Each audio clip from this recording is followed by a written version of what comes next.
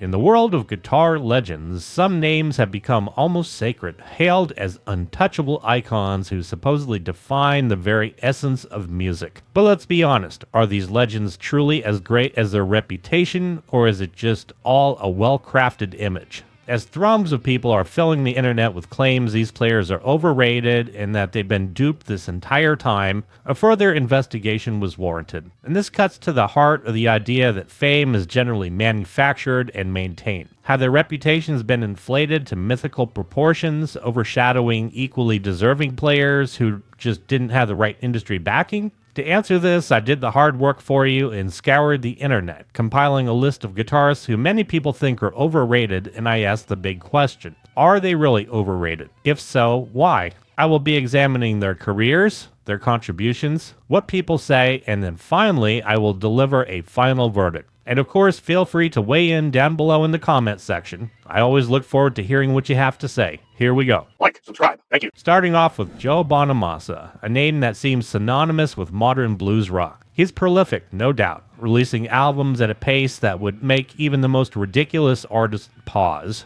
But with quantity comes the question of quality. After a dozen albums that many say sound remarkably similar, one might speculate whether Bonamassa is more interested in maintaining his brand than actually pushing any musical boundaries. And because why innovate when you could just keep rehashing the same old blues licks and still get standing ovations? At least that's the way the thought process possibly could go. Despite starting his career at a young age and benefiting from mentorships with legends like B.B. King, many critics say Bonamassa's music often feels like a polished rehash of blues cliches, often with semi-modern melodic sheen rather than any genuine groundbreaking interpretation. Sure, his technical skills are commendable, but he's been accused of lacking innovation. Many say Joe Bonamassa is more about radio-friendly tracks designed to appeal to a broad audience. Final verdict? Not overrated.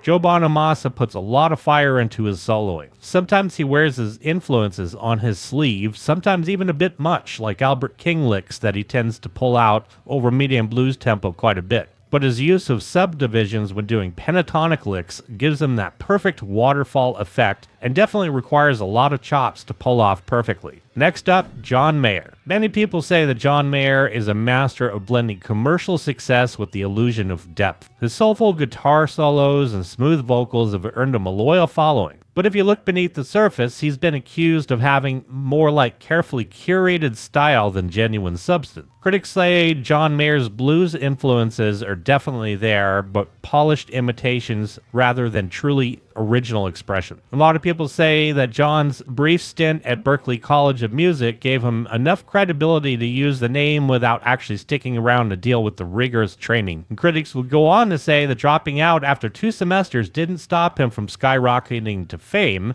especially with a market eager for his brand of pop rock that's perfectly designed for easy listening. Many say his songs are undeniably catchy, but they rarely stray away from the safe, predictable chord progressions and theme. Final verdict? Not overrated. Mayer plays with a lot of taste and can shred with the best of them. He can also groove and get down and dirty. If anything, as a pop artist, he might be a bit on the overrated side, but this is about guitar. And when John Mayer makes it all about guitar, he could definitely tear up the instrument. Next up, Zakk Wylde, who's often celebrated for his tenure with Ozzy Osbourne and his formidable presence in the heavy metal scene. His blistering solos and aggressive style are definitely his trademark. But opinions on those pinch harmonics, for example, are pretty mixed. Some people love them. A lot of people think they're starting to sound like a broken record after a while. Others say his solos often feel like he's running up and down the pentatonic scale on autopilot, as if melodic variety is an optional add-in that he decided to skip. If Kirk Hammett has a wah pedal addiction, then in people's opinion, Wylde's got a serious case of harmonic overkill.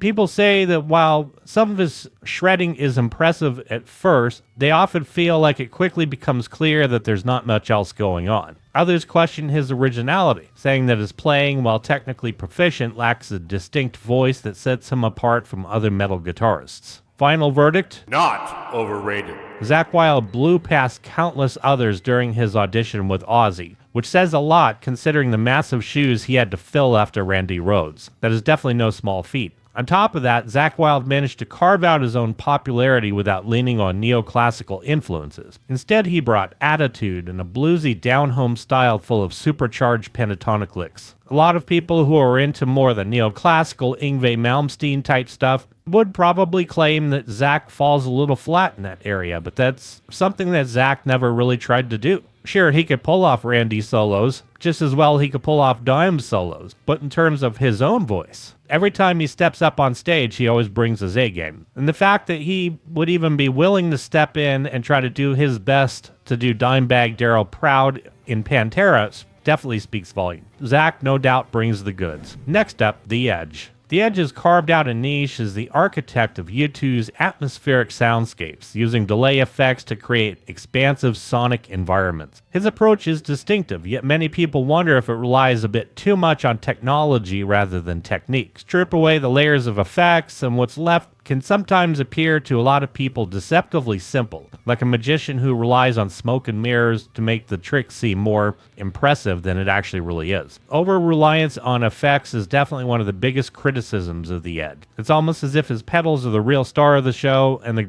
guitar is just there more for decorative purposes. People have joked that without his delayed pedals, The Edge would be like Dolly Parton without her wig, missing the key element that really makes the whole thing work. And others would go even further, suggesting that his effects pedals are his true instrument and that the guitar is just an accessory. And then there's the simplicity of his playing. Many argue that the Edge's style is just too basic, lacking the technical proficiency that makes other guitar legends really stand out. Some critics suggest that anyone who's been seriously playing guitar for a few years could probably match his skills pretty easily. It's the kind of straightforward, minimalistic playing that might be seen as not exactly technically advanced. And yet still another sticking point for detractors is the repetition. The Edge pretty much seems to have mainly one sound and really sticks to it. The signature delay-drenched tone is undeniably distinctive, but people say there's just so much of the same riff played over and over again and drives them crazy. Final verdict? Overrated. While The Edge is really good at adding texture to the music, he's more of a rhythm guitarist than anything. Still, The Edge creates ultra-hummable melodies that contribute so much to the catchiness of U2's song. So as a guitarist, not so much. But as an artist, The Edge has definitely made his mark. Next up, Carlos Santana, who's often revered for blending Latin rhythms with rock music, creating a fusion that was groundbreaking 5 decades ago. Since then, however, a lot of people say that Santana's musical evolution has pretty much stalled. Critics believe his reliance on familiar scales and rhythms gives his work a sense of uniformity that borders on predictability. A common critique is that Santana's playing style has become repetitive. Many listeners feel that his solos sound really similar to one another,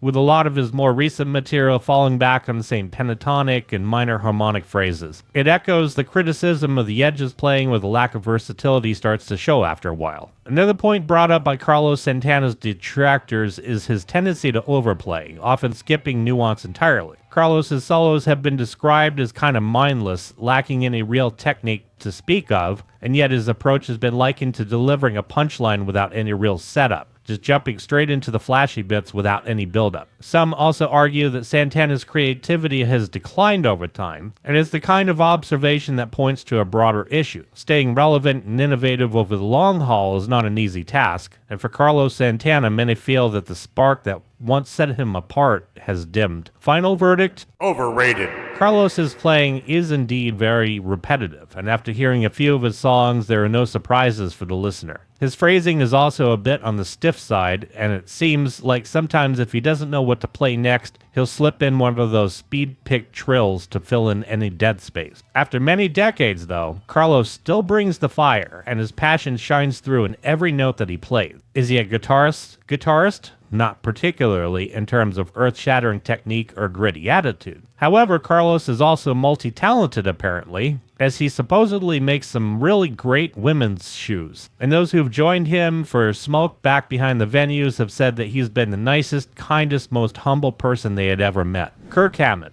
As a lead guitarist for Metallica, Kirk Hammett has been part of some of the most influential metal albums ever produced. Yet people say his solos lack the memorable hooks and inventive structures that make for truly legendary guitar work. A frequent criticism of Kirk Hammett's playing, according to listeners, is his over-dependence on the wah pedal. So much so that he's even earned the nickname Kirk Hammett. Many of his critics suggest that his excessive use of the wah pedal seems to mask a lack of creativity or technical depth. It's become kind of his one-trick pony effect, much like Zakk Wylde's reliance on pinch harmonics, according to listeners. And critics also argue that Hammett's creativity and technicality have declined over time, especially in Metallica's later albums. A lot of people saying that his playing has lost its edge. Some have described Kirk's solos as lacking evolution, becoming less interesting as time goes on. Final verdict? Not overrated. Kirk Hammett was able to bring so much personality to the burgeoning thrash metal world, and he's always operating on fifth gear, barring, of course, Metallica's most hated album, which I've covered a couple of videos back. If people want to argue that he has no memorable hooks, I direct them to just listen to Master of Puppets or One, and those people should stand corrected pretty quickly. Listening to some of Metallica's more recent work, such as 72 Seasons, Kirk still has surprises up his sleeve. His technique, while not completely mind-blowing, as compared to players like, say, Guthrie Govan or John Petrucci, is still very well developed, and Kirk always tries to reach that full saturation, bringing his all to every single solo that he does. Add to that a good level of humility, and you've got the ultimate hard-working guitarist. Stevie Ray Vaughan, SRV is credited with revitalizing the blues in the 80s, bringing the genre back into mainstream consciousness. His technical skills and passionate performances are well documented. However, many critics argue that Vaughan's playing tend to lean more towards repetition. He's been described as playing the same licks over and over at the same speed, which suggests that while his style is recognizable, it can lack the variety and evolution some players see. Additionally, Stevie Ray Vaughan is often seen as derivative, particularly in his emulation of blues legends like Albert King. Critics express that his playing lacked originality, failing to bring anything new to the blues genre, and some characterize his music as blues for people who don't normally listen to blues, implying that his style lacks the depth or complexity as compared to dedicated blues artists. His popularity also led to what a lot of people saw as an oversimplification of his talent by casual fans. Final verdict? Not overrated. Stevie Ray Vaughan dug into that guitar in ways that other guitar players could not have even imagined. He didn't obsess over playing multiple scales and instead made that pentatonic work for him in a way where he could just fully express himself. He's one of the few players that could surprise the hell out of a listener and keep them on their seat using very few tricks in terms of melodically. And he did it all through pure brute force. Stevie Ray Vaughan is the epitome of that Bruce Lee quote, where Bruce said, "I fear not the opponent that has practiced 10,000 kicks, but I definitely fear the opponent that has practiced one kick 10,000 times." And when Stevie landed that kick, everybody knew it. Tragically, he died in a helicopter crash, and had he not, he definitely would have been pushing the musical boundaries even further. Next, we have Slash. Slash's image is almost as iconic as his playing. The top hat, sunglasses, smoldering cigarette dangling from his lips. His riffs with GNR are etched into rock history. And yet, beyond a handful of standout solos and riffs, people say that Slash's body work doesn't necessarily support the weight of his legend. It is true that his post-Guns N' Roses projects have struggled to achieve the same impact, yet that could be attributed to the fact that he always had to report back to Guns N' Roses whenever they beckoned him. Critics argue that Slash's playing, while technically proficient, lacks versatility and can become predictable. Many feel that his solos rely heavily on kind of shredding up and down familiar scales, without much exploration beyond those techniques, which can make his playing feel limited. Another common criticism is his supposed over-reliance on pentatonic scales and blues boxes, and some people have gone so far to even call him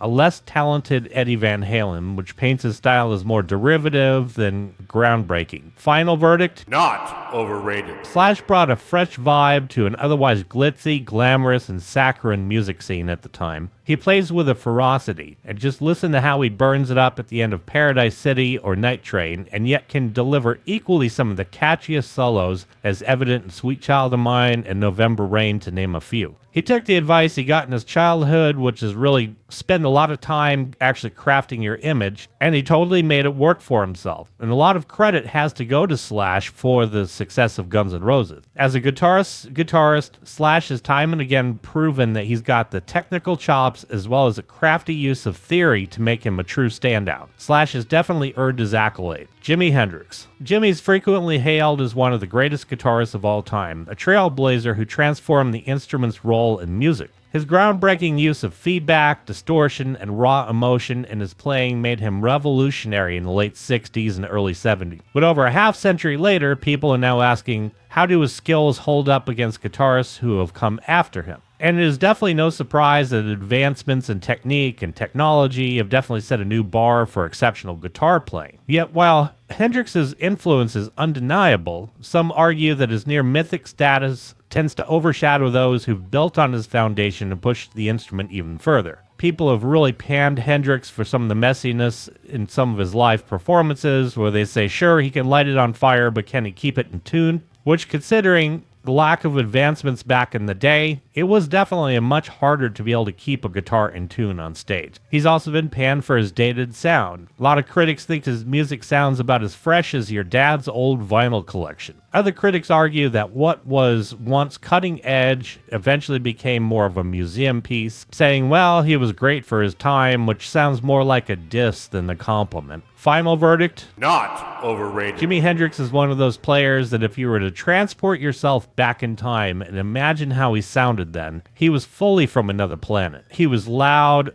entertaining, and all-out intense. He wasn't concerned with being too technical, but he took that brute force approach that SRV would later adopt as well to great effect. It worked for Jimi Hendrix in the late 60s, early 70s, and it certainly worked again in the 80s for Stevie as well. And it continues to work to this very day for so many who are influenced by Stevie and Jimi Hendrix. And if Jimmy sounds like your dad's record collection, it's because your dad's record collection still sounds damn good nowadays. Eric Clapton. Eric Clapton's nickname is Slowhand, a moniker that reflects his laid-back style. Now, he had actually gotten his nickname because during a concert, whenever Eric broke a string, he'd stay on stage and take the time to replace it. Meanwhile, the English audience would pass the time by doing this slow hand clap all in unison. It's a rhythmic clapping that filled the dead space. Clapton's manager, Giorgio Gamelski, gave him the nickname Slowhand, and it stuck. Clapton's been a central figure in rock and blues for decades, contributing to bands like Cream and Derek and the Dominoes before, of course, going on to a successful solo career. However, a frequent criticism is that Clapton's playing, while possessing a recognizable style, lacks the technical complexity and innovation seen in other guitar players. Some question whether his fame stems from more the novelty of a British musician playing blues than exceptional skill. Others have said that Eric's playing often feels safe, anchored firmly in traditional blues without venturing into any uncharted waters, lacking technical ability, articulation, speed, note diversity, and innovation of peers like Jeff Beck and Jimi Hendrix. Many argue that Eric Clapton's playing really has never truly progressed, relying on the same riffs and sounds he developed in the 1970s. Clapton is also often accused of imitating blues guitarists without truly mastering the genre's nuances, with some suggesting that he was merely doing an average impression of these artists rather than adding any originality. A lot of people echo that his reputation rested more heavily on his work with Cream and Derek and the Dominoes, while his solo career was considered more to be less impressive overall as a guitar player. And the famous Clapton is God slogan, which emerged during his early career, also contributed to an inflated perception of his talent, creating unrealistic expectations that many say his later work failed to meet up to. Final verdict? Overrated. Eric Clapton is a great and tasteful player, but he was never truly groundbreaking even during his time. And to this day, he always finds his place on Rolling Stone's readers' polls year after year, just like Hendrix, but without that blazing edge that Jimmy had brought to the table. Clapton is a great songwriter and a great vocalist, with a really smooth voice. But even then, some of the best songs that he has done were actually covers, like I Shot the Sheriff and Cocaine as examples. So when it comes down to it, examining these guitar players isn't about tearing down monuments for the sake of it. More, it's an investigation to recognize that while some guitarists have gone above and beyond, pushing musical boundaries and earning their place in history, others never really upped the bar but yet are definitely still revered, especially in the media, but are often being called out online for being highly overrated. This doesn't mean that they didn't earn their place in the upper echelons of music, but the problem comes when you have a lot of these budding guitar players out there who are picking up these readers' lists for the very first time, and they keep hearing these same names just getting thrown around over and over again as if it's like the old guard. And a lot of the players that I have covered also find their way onto these lists, and a lot of them are called out as overrated. So I decided to go ahead and pick through that list and see, okay, who really is overrated just in terms of as a guitar player's guitar player. And that was pretty much the criteria I'd use. Did they really push guitar playing itself further? Because a lot of people are going to make the argument, well, you know, they did so much for the song. Well, that's great. They pushed the song further, but did they push the guitar further? That's the criteria. But what it really comes down to at the very end is that it is probably time to broaden our horizons and acknowledge that this canon of guitar greats has room for revision. Some should stay, and there are some who are often left out of things that should actually occupy places on those lists. But in order to do that, we have to make a little bit of room on those lists. And so as players, we could pair through and determine, do they really deserve their place? It's not my call, but there we go. That's my 2 cents. Something really weird I just found out.